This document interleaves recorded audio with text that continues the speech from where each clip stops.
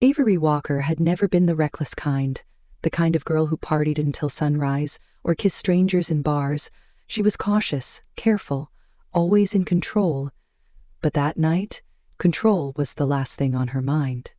It began with a heartbreak, the kind that bruised deeper than tears, the kind that made her question if all her choices, all her patience, had meant anything.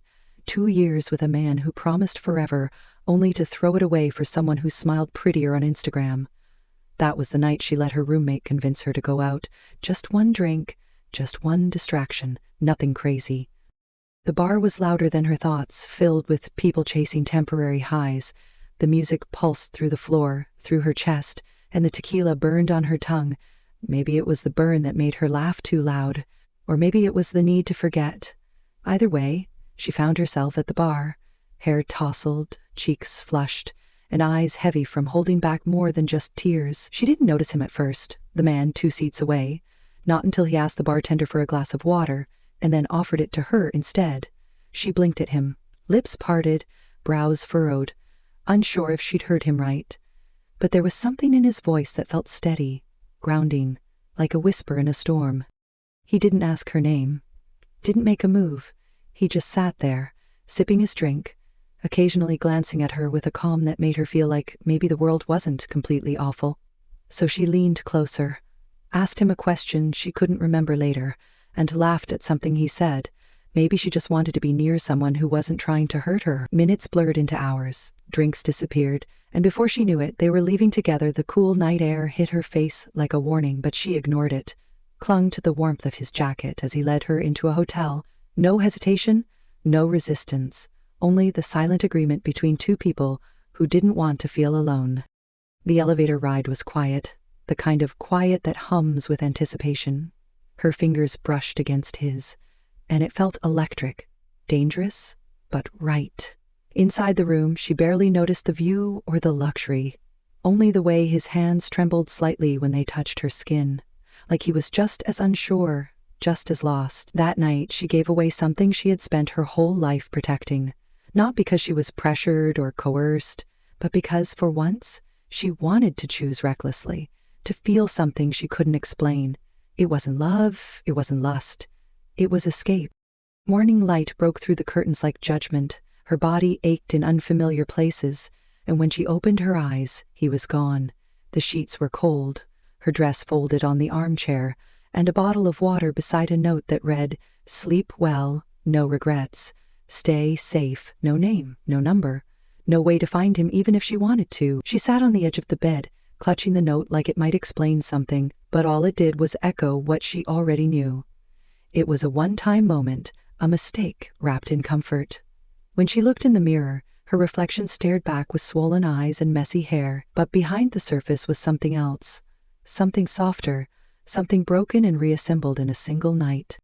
She gathered her things, walked out of the room without looking back, not even a glance at the door number.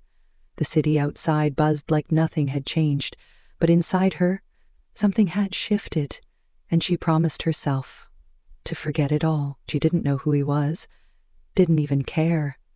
Until 6 weeks later, when a news anchor introduced the youngest presidential candidate in American history, and her blood ran cold, because there he was, on every screen, smiling at the world, the man she had given everything to without knowing his name. Avery Walker was the kind of girl who lived by rules, not just society's rules, but her own carefully built principles. She believed in effort, in decency, in saving herself for someone who would see her worth beyond what her body could offer. Not because she was religious or old-fashioned, but because she believed love should come before surrender. She had carried that belief through high school, through college, through every failed relationship where men lost interest the moment she said no, and yet she never wavered, not until the night everything fell apart. Born and raised in a quiet suburb outside of Philadelphia, she had grown up in a modest household with 2 loving parents and 1 younger sister who always admired her discipline. Her parents owned a small bookstore that barely made enough to pay rent, but the warmth in their home was never lacking. Books lined the walls, music floated through the kitchen every Sunday morning, and dreams were encouraged as long as they were grounded in hard work. Avery had always been a bright student, graduated early, got into university on partial scholarship, and picked up bartending at a local lounge to cover the rest. The job didn't suit her personality, but it paid well, and working nights gave her the flexibility to attend classes during the day. She had just completed her final semester in political science, planning to apply for internships in Washington. Her dream was to one day work on Capitol Hill, perhaps in speechwriting or policy research. Never once did she imagine her own life would become the center of political chaos. Her roommate, Riley, was her opposite in every way. Outspoken, spontaneous, wildly romantic, the kind of girl who dated for fun and believed heartbreak was just another story to laugh about later. She had been the one to drag Avery to the bar that fateful night. And though Avery hadn't blamed her, she now understood how a single night of pain could unravel years of conviction. On the other side of the city, miles away from Avery's world, Liam Carter lived under a spotlight he never asked for, the son of former President Matthew Carter and media darling Eleanor Carter. Liam had grown up in the public eye, attending elite boarding schools, dining with ambassadors, and mastering public speaking by the time most boys his age were learning how to drive. But behind the polished exterior was a young man struggling to find his identity beyond his parents' legacy. At 29, he was announced as the youngest ever candidate for the presidency, a move both praised and criticized by the nation. Some saw him as a breath of fresh air, a bridge between generations, while others dismissed him as inexperienced, a puppet for powerful family interests. But Liam had his own beliefs, his own plans, and a voice that resonated with people tired of corruption and tradition. What the public didn't know was that just weeks before his campaign launch, Liam had taken a brief hiatus, quietly stepping away from media appearances after a leaked photo from a private fundraiser caused a minor scandal involving a congressman's daughter and a misinterpreted conversation. The campaign team advised him to disappear for a while, to let the story fade, and so he booked a quiet penthouse under a different name in Chicago, where nobody knew who he was, not even the girl at the bar who offered him a tired smile. He didn't expect to talk to her, let alone take her upstairs. He hadn't touched alcohol in months, hadn't let his guard down in years, but something about her drew him in. She didn't care who he was, didn't flirt for attention or fawn over his appearance. She was quiet, thoughtful, maybe even a little sad, and when she leaned into his chest that night, he felt a strange peace he hadn't known since his mother's soft humming in his childhood home. He left before sunrise, unable to explain why he couldn't stay, not knowing her name, only remembering how her fingers had curled into his shirt like she didn't want to let go. He thought of her for days, but the campaign called him back, and the world resumed spinning around him. Avery, meanwhile, went back to her small apartment, to her final exams, to a life that felt more hollow than ever before. Something inside her had changed, and it wasn't just guilt or shame, it was something deeper, a sense that she had opened a door she couldn't close again. Weeks passed in silence, until one morning she woke up nauseous, dizzy, with an ache in her back that wouldn't go away.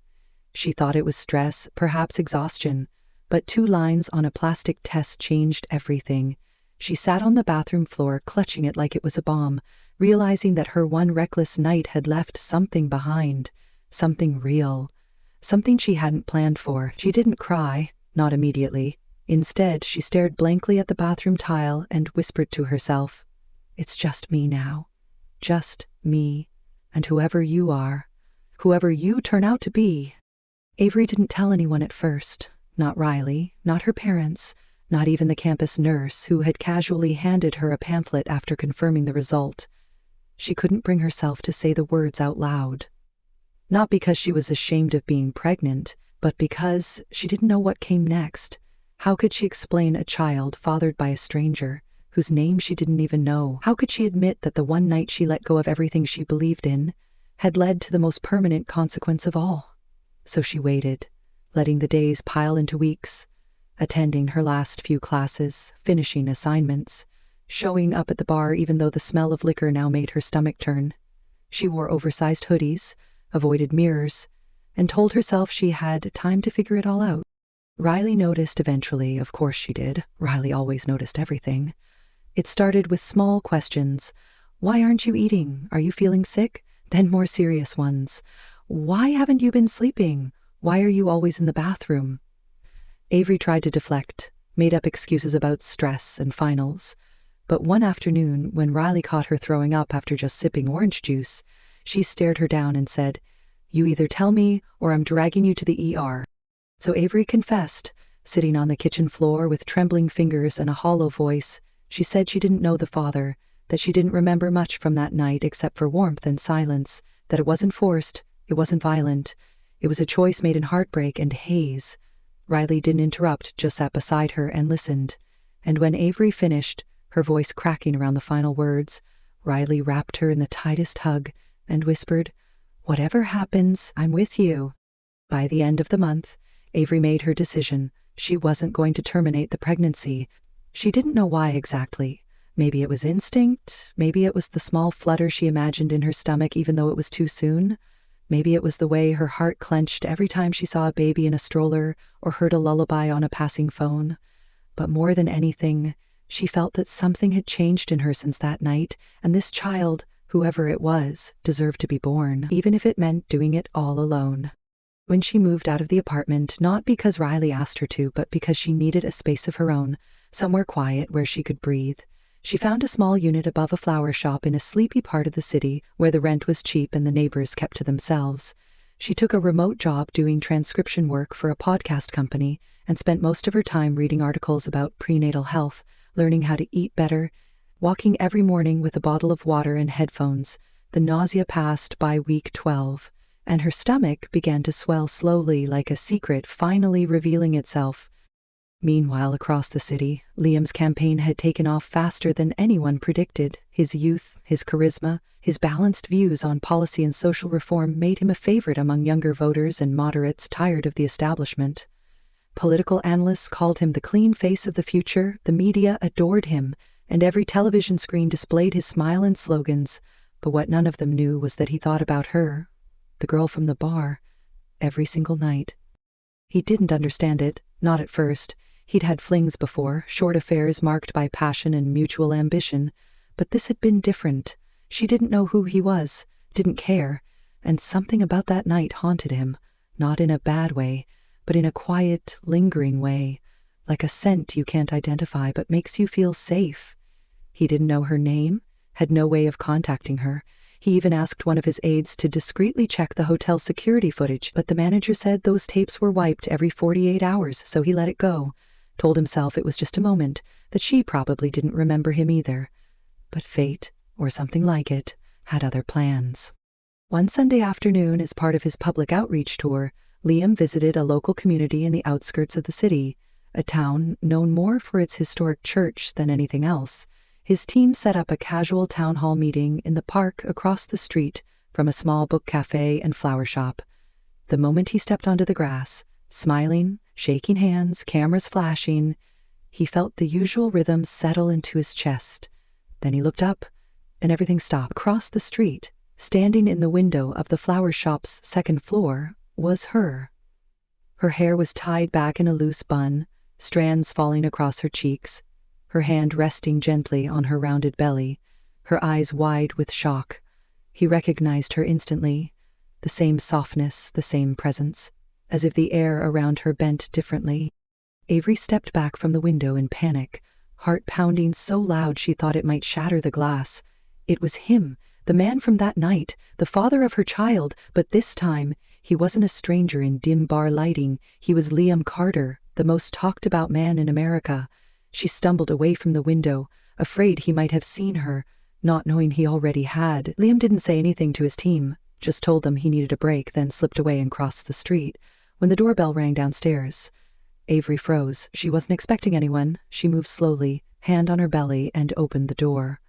They stood face to face, neither one speaking at first, her eyes searching his mouth parted like he wanted to say everything at once but couldn't choose a starting point.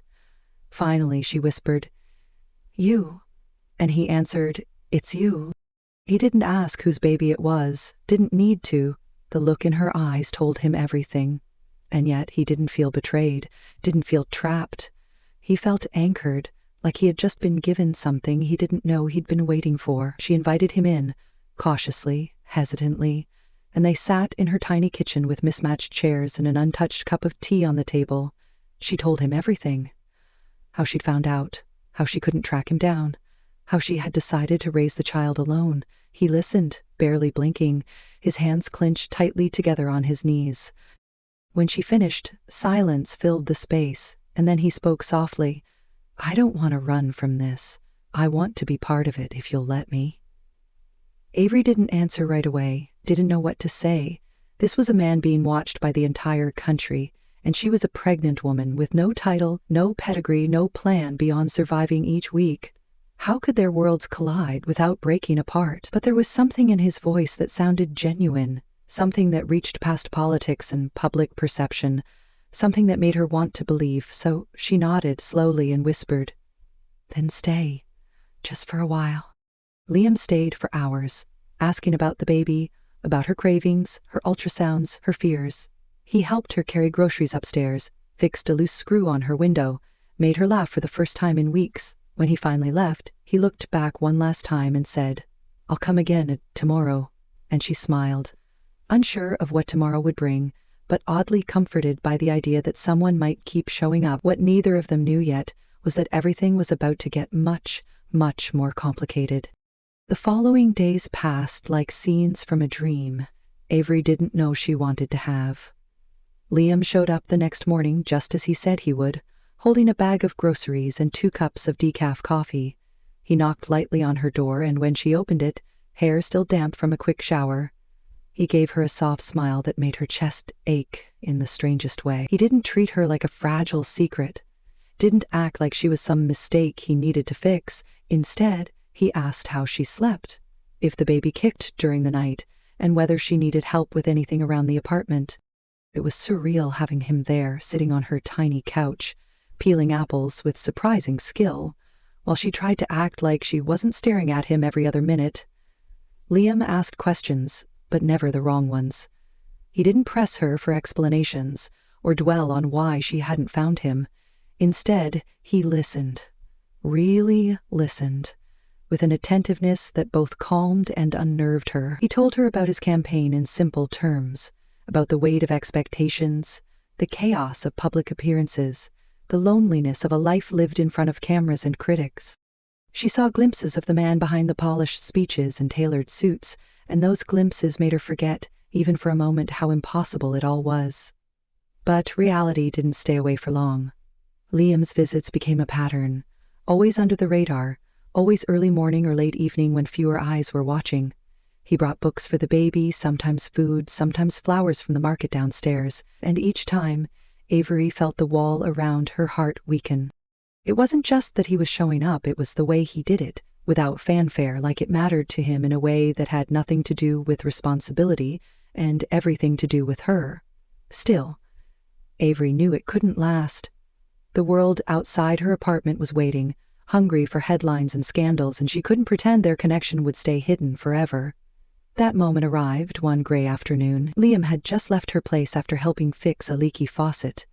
A photographer, one of the many who shadowed his campaign trail like vultures, snapped a blurry image of him entering her building. The photo went viral in hours. At first, it was harmless. Speculation, rumors, curiosity about the mystery woman seen with the rising political star. But then, a journalist dug deeper. Someone leaked Avery's name, her workplace, even her school records, and suddenly, she wasn't just a private citizen anymore.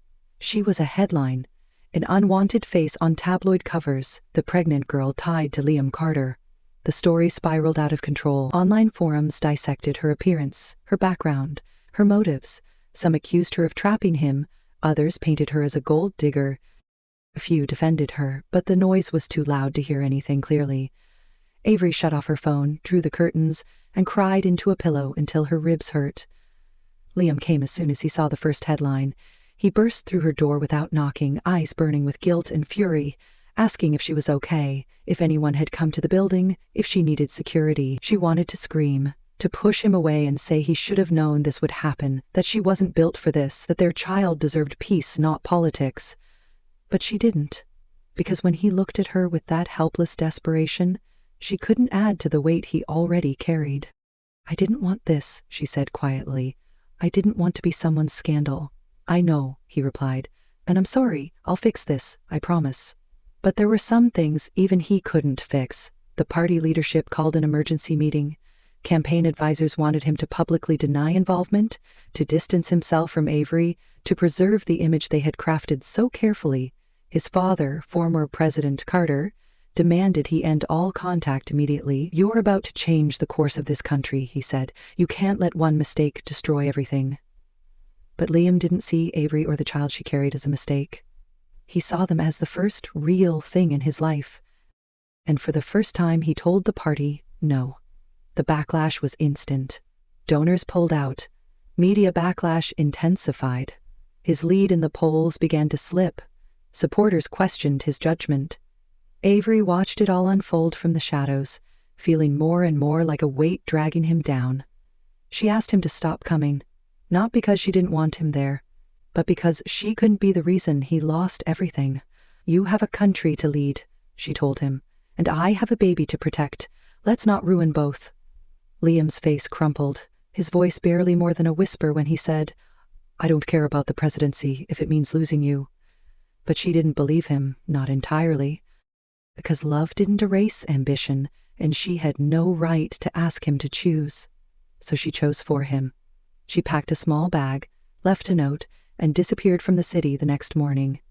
She went to stay with her aunt, 2 hours away, in a quiet town where the streets were slower and no one recognized her face.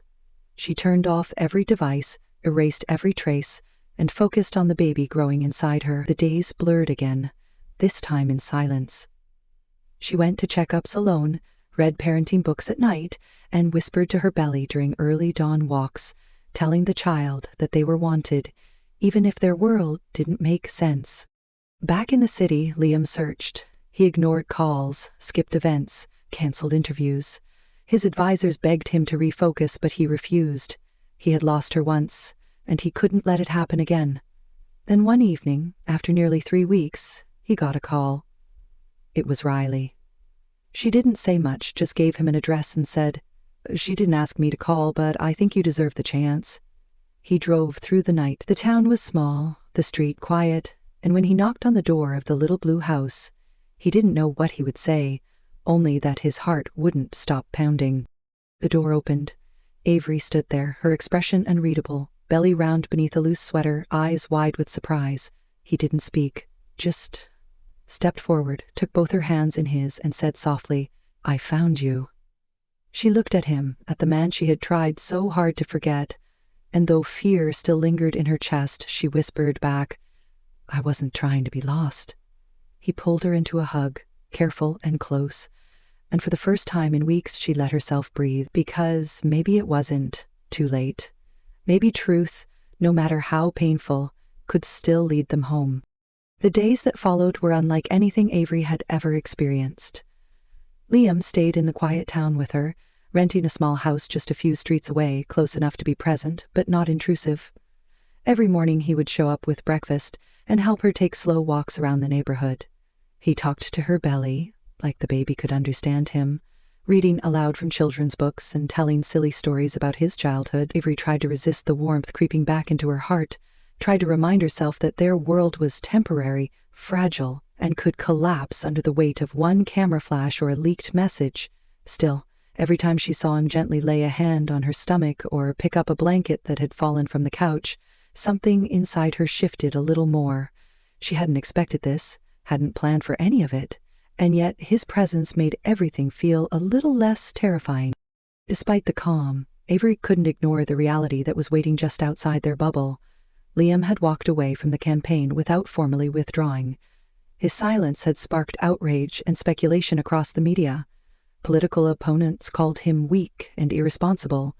Former allies demanded answers. His father, once a silent presence in the background, had now stepped into the spotlight, giving a firm statement on behalf of the Carter legacy, saying that personal choices should not endanger national progress. Liam had ignored the speech when it aired, choosing instead to sit beside Avery as she drank warm milk and reread a worn baby name book. But Avery saw the hurt in his eyes, saw the tension in his jaw when his father's voice echoed from the television, and part of her wondered how long he could bear the pressure without breaking. Then, one morning, everything changed. Liam's campaign manager, a woman named Dana who had once mentored him in law school, showed up unannounced at the small house he was renting. She didn't look angry, just tired. She told him that his absence had damaged their momentum, but not beyond repair.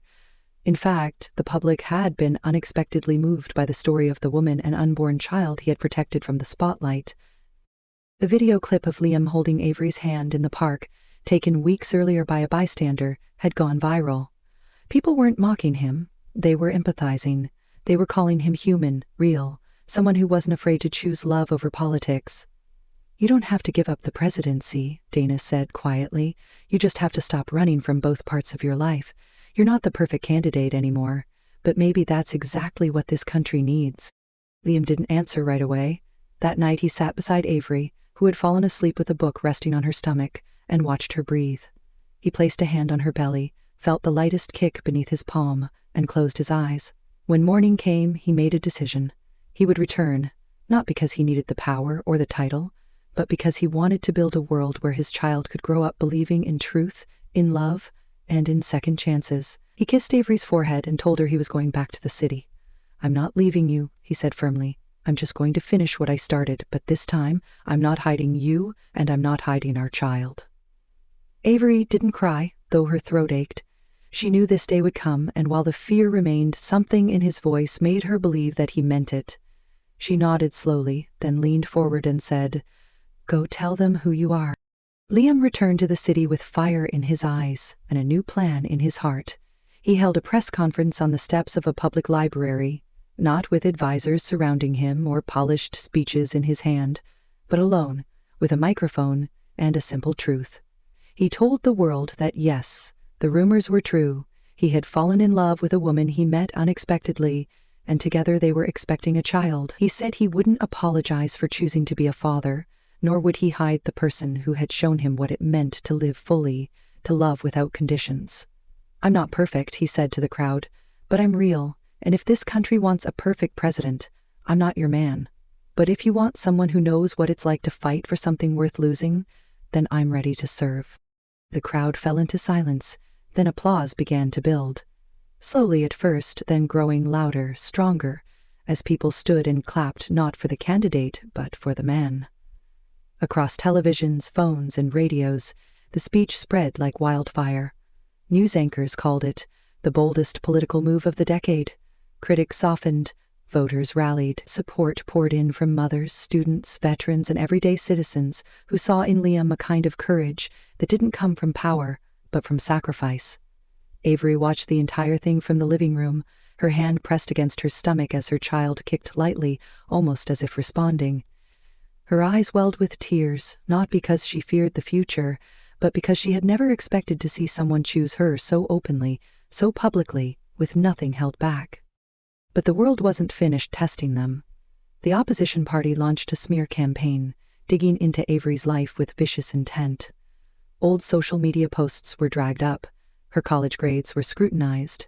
They even tried to question the paternity of the child, suggesting it was a publicity stunt. Liam fought back, filing legal action, standing by her at every interview, refusing to let her face the attacks alone. Avery struggled with the sudden spotlight. She had never wanted fame, never wanted to be known beyond her small world. But Liam held her hand through each step, reminding her that she was never alone. That strength wasn't about silence. It was about standing even when your knees trembled. Then came the final debate. Liam stood across from his main opponent, a man twice his age, polished and sharp, who had once dismissed Liam as a child with no experience. The debate started with the usual points: economy, healthcare, education.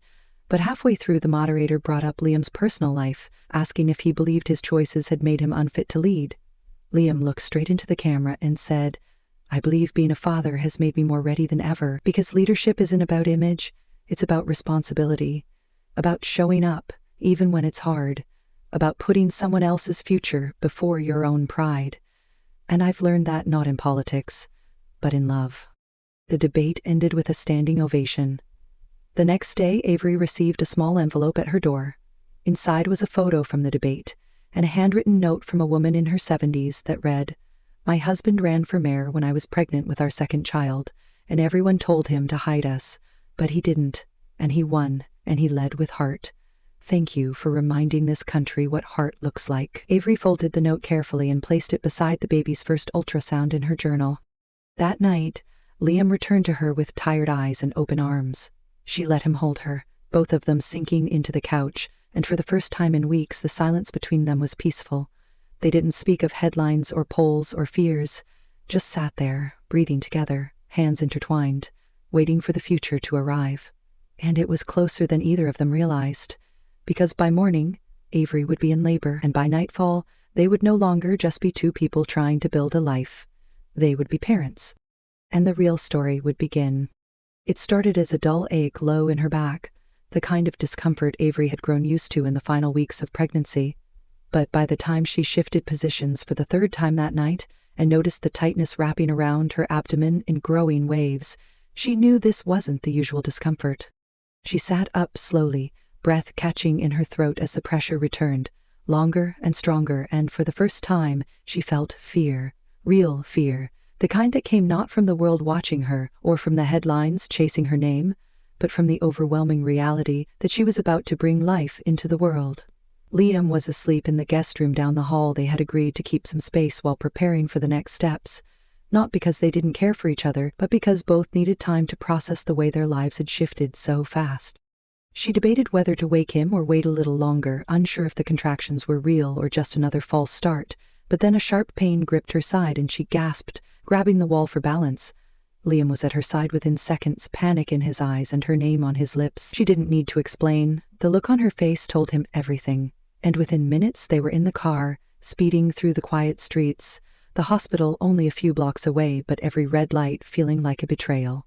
The nurse at the front desk recognized Liam immediately, but didn't say a word, only moved quickly, efficiently, pushing Avery in a wheelchair through double doors as Liam followed closely behind. The fluorescent lights of the delivery wing cast a pale glow on everything, and Avery felt exposed, vulnerable, as the nurses began their procedures and asked her to change into a gown. Liam stayed just outside the curtain at first, pacing, rubbing his hands together, only stepping in when she reached for him during a particularly painful contraction. He held her hand tightly, whispered reassurance that felt clumsy but sincere, and when her eyes met his through the blur of pain, she saw the same fear reflected back. Not because he wasn't ready to be a father, but because he cared so deeply he didn't know how to protect her from something he couldn't control.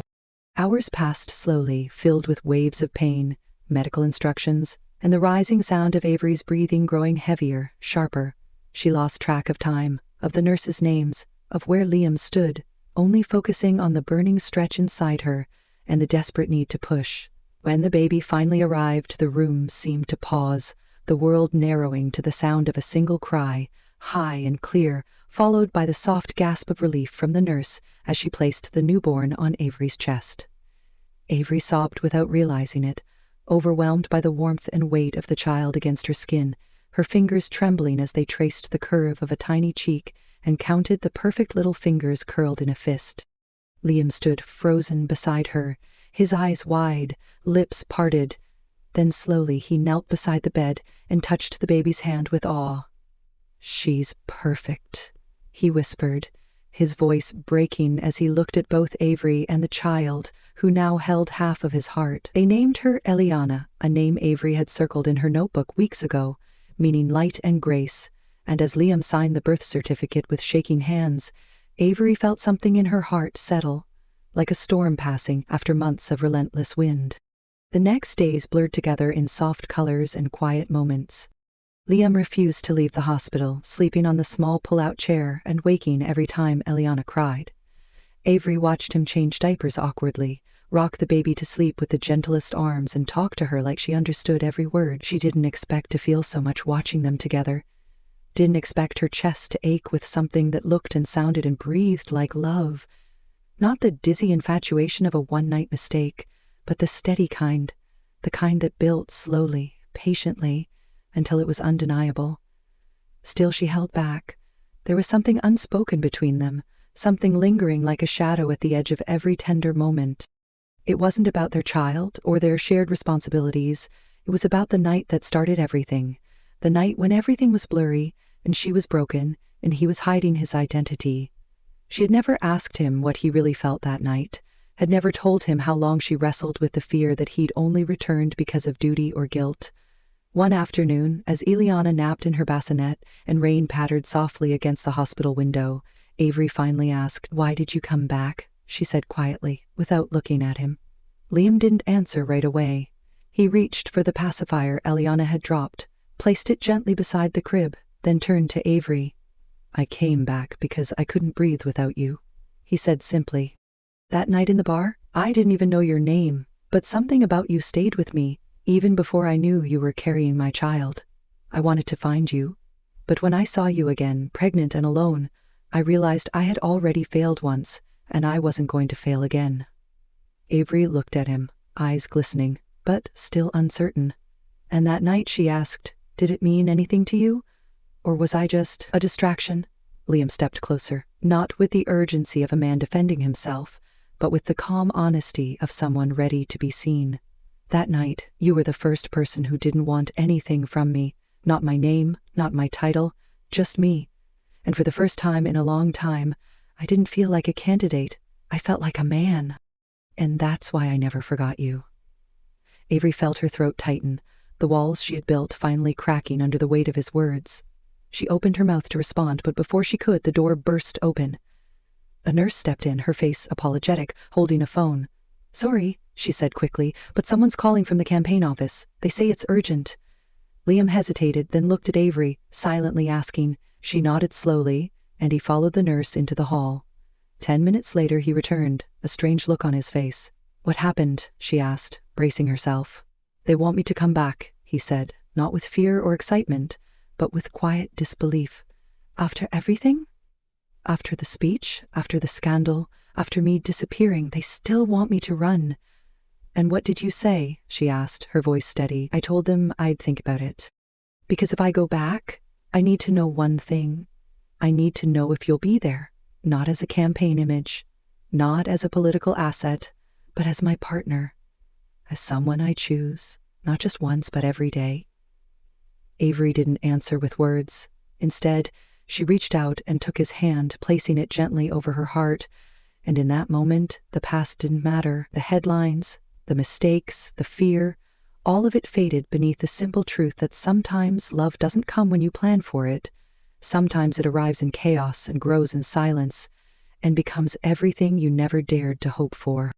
3 months later, the world watched as Liam Carter walked across the inauguration stage, hand in hand with Avery and their daughter, Eliana, nestled in her arms, the crowd erupting in applause not just for a political victory, but for a love story that had defied expectations and rewritten what leadership could look like. The sun cast a soft glow over the Capitol steps, the air crisp and clear as Liam raised his right hand and took the oath of office, not with a polished smile or rehearsed gestures, but with quiet resolve and eyes that occasionally flickered toward the woman and child who had changed everything.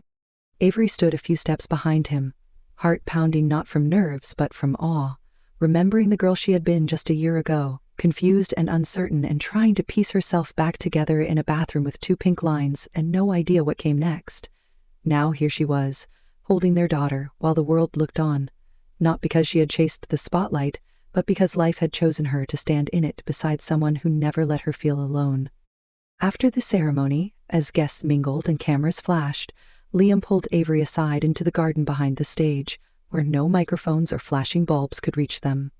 The baby was asleep in her stroller, and the scent of fresh grass filled the quiet space between them. "You know," Liam said with a soft laugh, "I used to think being president would be the greatest thing I'd ever accomplish.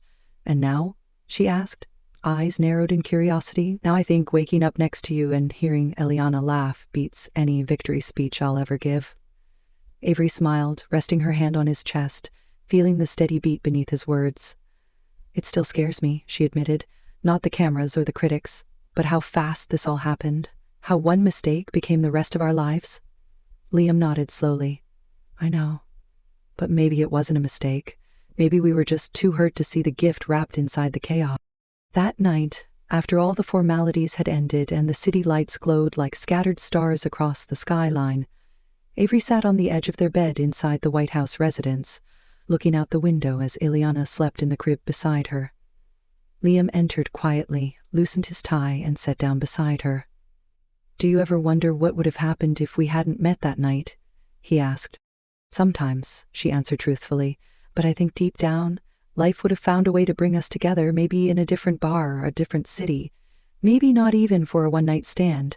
Maybe just a moment, a shared look across a room that would have still changed everything."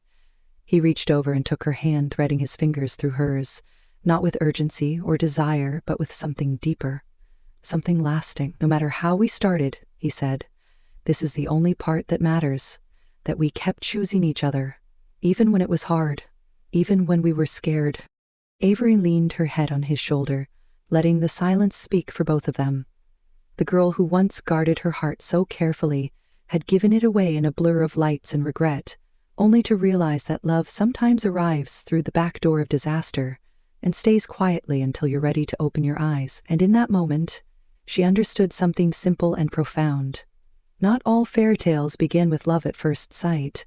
Some begin with pain, confusion, and unexpected choices, but the right love, the real kind, finds its way through anyway. Because sometimes, what feels like a wrong turn is actually the beginning of everything worth holding on to.